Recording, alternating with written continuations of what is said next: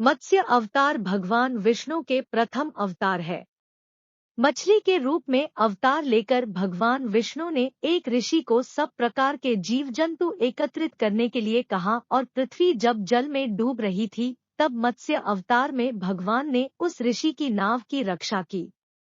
इसके पश्चात ब्रह्मा ने पुनः जीवन का निर्माण किया। एक दूसरी मान्यता के अनुसार एक राक्षस ने जब वेदों को चुराकर सागर की अथाह गहराई में छुपा दिया तब भगवान विष्णु ने मत्स्य रूप धारण करके वेदों को प्राप्त किया और उन्हें पुनः स्थापित किया। मत्स्य अवतार की कथा एक बार ब्रह्मा जी की असावधानी के कारण एक बहुत बड़े दैत्य ने वेदों को चुरा लिया। उस दैत्य का नाम हयग्रीव था। वेदों को चुरा लिए जाने के कारण ज्ञान लुप्त हो गया। चारों ओर अज्ञानता का अंधकार फैल गया और पाप तथा अधर्म का बोलबाला हो गया। तब भगवान विष्णु ने धर्म की रक्षा के लिए मत्स्य रूप धारण करके हयग्रीव का नध किया और नेतों की रक्षा की। भगवान ने वध किया और वेदों की रक्षा की। भगवान ने मत्स्य का रूप किस प्रकार धारण किया, इसकी विस्मयकारिणी कथा इस प्रकार है। कल्पांत के पूर्व एक पुण्यात्मा राजा तप कर रहा था कि मटका भी उसके रहने के लिए छोटा पड़ गया। दूसरे दिन मछली पुनः सत्यव्रत से बोली, राजन, मेरे रहने के लिए कहीं और प्रबंध कीजिए, क्योंकि मटका भी मेरे रहने के लिए छोटा पड़ रहा है। तब सत्यव्रत ने मछली को निकालकर एक सरोवर में डाल किया, किंतु सरोवर भी मछली के लिए छोटा पड़ गया। इसके बाद सत्यव्रत ने मछली को नदी में और फिर उसके बाद समुद्र में डाल दिया। आश्चर्य! समुद्र में भी मछली का शरीर इतना अधिक बढ़ गया कि मछली के रहने के लिए वह छोटा पड़ गया। आता मछली पुनः सत्यव्रत से बोली, राजन, यह समुद्र भी मेरे रहने के लिए उपयुक्त नहीं है। मेरे रहने की व्यवस्था कहीं और कीजिए। अब सत्यव्रत विस्मित हो उठा। उसने आज तक ऐसी मछली कभी नहीं देखी थी। वह विस्मय भरे स्वर में बोला, मेरी बुद्धि को विस्मय के सागर में डुबो देने वाले आप कौन हैं? मत्स्य रूपधारी श्रीहरि ने उत्तर दिया, राजन, हयग्रीव नामक दैत्य ने वेदों को चुरा लिया है। जगत में चारों ओर अज्ञान और अधर्म का अंधकार फैला हुआ है।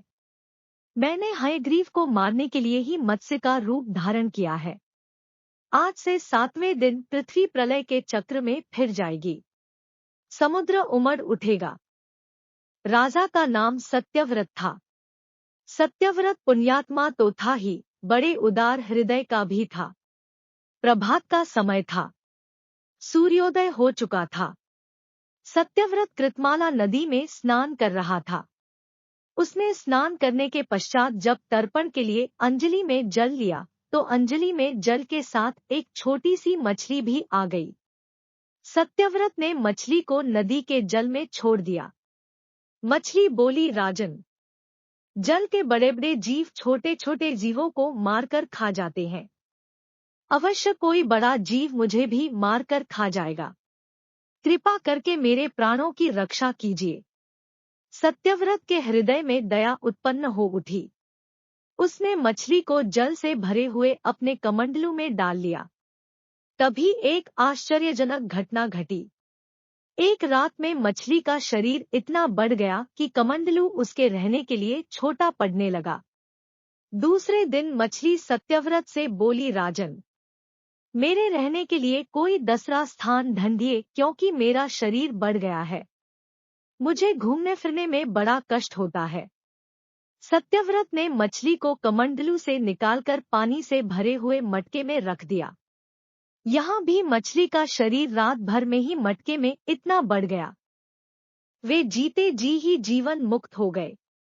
प्रलय का प्रकोप शांत होने पर मत्स्य रूपी भगवान ने हयग्रीव को मारकर उससे वेद छीन लिए। भगवान ने ब्रह्मा जी को पुनः वेद दे दिए। इस प्रकार भगवान ने मत्स्य रूप धारण करके वेदों का उद्धार तो किया ही, साथ ही संसार के प्राणियों का भी अमित कल्याण किया। हमारी यह कहानी यहाँ पर ही समाप्त होती है। इसी ही देर सारी कहानी सुनने के लिए हमारे चैनल को लाइक, शेयर और कमेंट करके सब्सक्राइब करें। बेल आइकन दबाना ना भूलें, जिससे कि आपको समय से हमारी कहानी मिल सके। हमारे चैनल पर आने के लिए आपका तहे दिल से धन्यवाद।